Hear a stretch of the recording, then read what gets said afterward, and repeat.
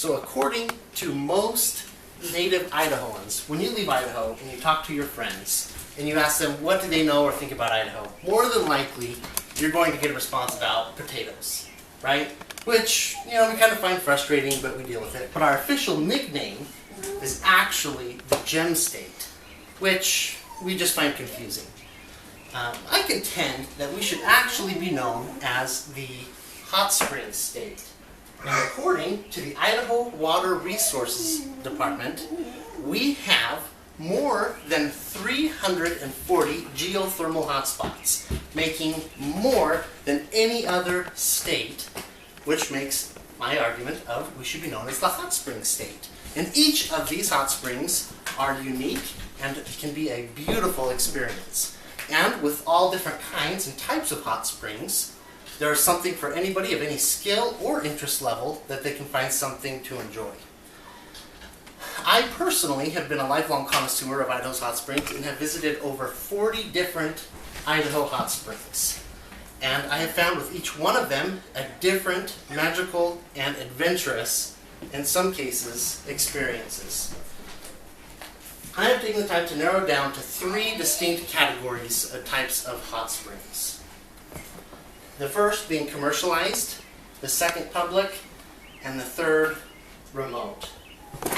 The first one, commercialized, is really what it sounds like. It's going to be a little bit more of a pool. It's going to be a lot more formal.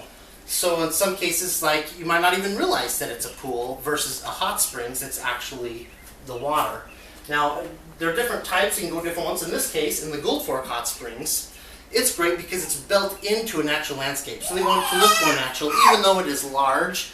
There are public services, there's public parking, there's typically handicapped spaces. It's great because of maintenance and garbage. There's garbage services, so you don't have to do a whole lot about that. Now, there is going to be a fee for these types of hot springs, but you can get a little bit more formal. So with a lot of the hot springs, you can see that there's water slides, there's platforms to dive off of, there's eating facilities, there's all kinds of different things. And so it's great with commercialized. You do pay a fee, but you got all the conveniences of a typical pool.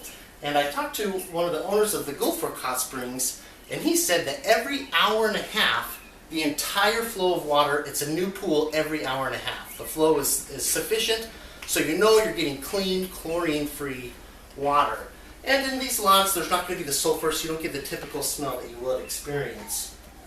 Now, the public hot springs are going to be a little bit different. They're going to be a lot less formal. They're going to be a lot less concrete. Though it is convenient, they're typically a roadside.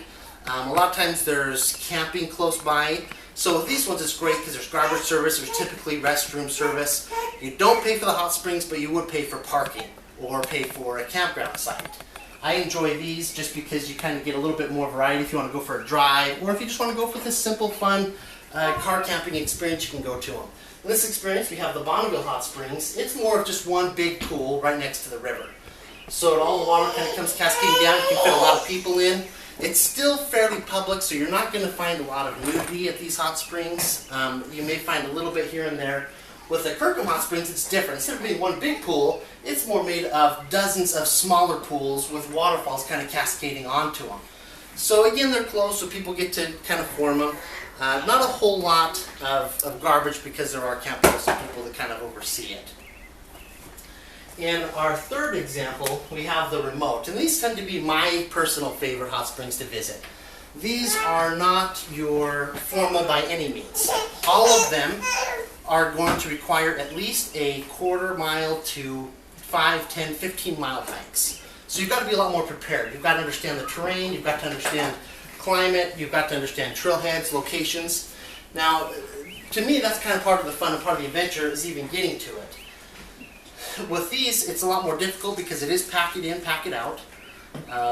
With the Idaho Statesman, this most previous year, the federal government has been trying to shut down one of these hot springs called the Skinny Dipper Hot Springs due to excessive illegal activity, and police have to be repeatedly are getting called out to this. It's difficult for law enforcement to get to the locations, so their answer to it is to simply tear down the developments that the people have, and then if it's just an unusable stream, people will stop coming, is their answer. So it is our responsibility to keep these cleaner. It is our responsibility to make any improvements.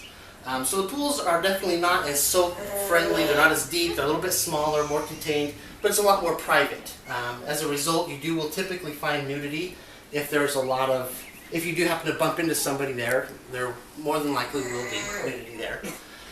And with this example, this one's a shower bath, which is one of my personal favorite hot springs. After about a 5-mile hike you get in there, you have to hike up what's a deep canyon wall. It's about 200-foot canyon walls, and you have to hike upstream approximately a 1/4 mile. So, and this after 5 miles, so you've got your pack, you've got your sleeping bag typically on you unless you camped before.